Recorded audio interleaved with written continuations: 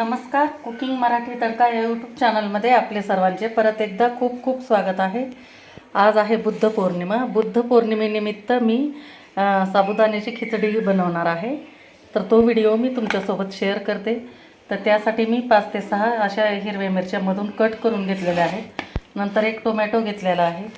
नंतर एक बटाटा आहे. असं बारीक असे काप करून घेतलेले आहे त्याचे पण. आणि हे अर्धी वाटी शेंगदाणे असे ओबडधोबड वाटून घेतलेले आहेत भाजून. तर चला तर मग आपण सुरुवात करू. तर सगळ्यात अगोदर तर तुम्हाला आणि तुमच्या परिवाराला बुद्ध पौर्णिमेच्या खूप खूप शुभेच्छा.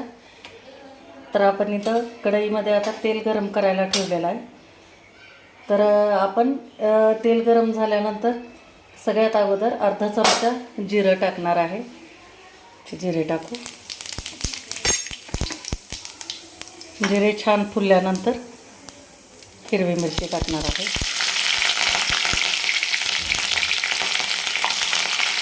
हिरवी मिरची छान एकदम एक अर्धा मिनिटभर आपण त्या छान परतून घेणार आहे.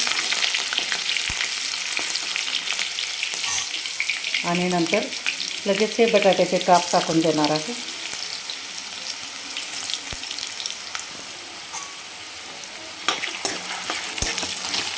आणि बटाटे आपल्याला छान तेलामध्ये फ्राय करायला चांगलं 4 ते 5 मिनिट लागतं.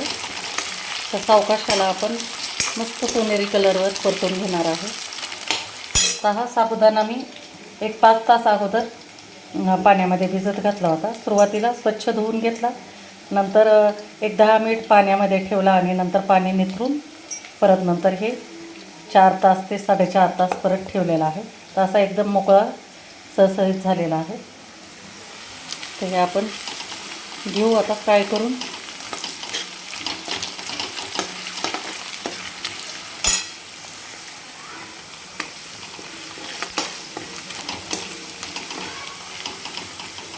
तर आपल्या इकडे बटाटे छान असे फ्राय व्हायला चालू झालेले आहेत. बघा कलर पण छान चेंज झाला आहे.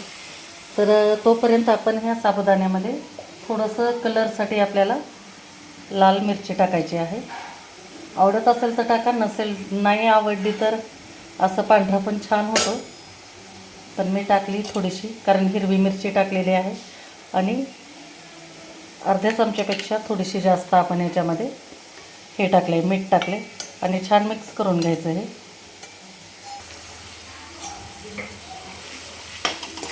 तर हे बटाटे छान आपले फ्राय झालेले आहेत. तर आपण आता याच्यामध्ये टोमॅटो टाकून घेणार आहे. आवडत असतील तर टाका, नाही टाकले तरी पण चालतात. तर थोडंसं साबुदाणा आंबटसर चांगला लागतो, त्याच्यामुळे टोमॅटोचा वापर करते मी. त्याला पण आपल्याला 2 ते 3 मिनिट छान परतून घ्यायचं. हे बघा छान असं मिक्स करून घेतलं आहे. आता थोडासा कलर पण बदलला. तर टोमॅटो छान नरम झाल्यानंतर आपण आता हा साबुदाणा टाकून घेणार आहे. आणि हे आपण जाडसर असं शेंगदाणे वाटून घेतलेले आहेत, हे टाकायचं. शेंगदाण्याचं कूट एकदम बारीक करायचं नाही, नाहीतर साबुदाण्याची खिचडी चिकट होते. त्याच्यामुळे असे जाडसरच ठेवायची.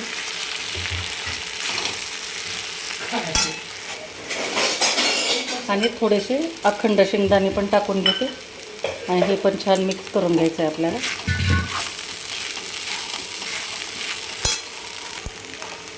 तर हे अशा पद्धतीनं आपली साबुदाण्याची खिचडी एकदम छान अशी तयार झालेली आहे. फक्त 2 मिनिट परतून घेतले.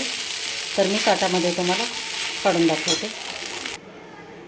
तर हे अशा पद्धतीनं आपण ही साबुदाण्याची खिचडी आणि मस्त असं घट्टसर असं घरी लावलेलं दही आहे.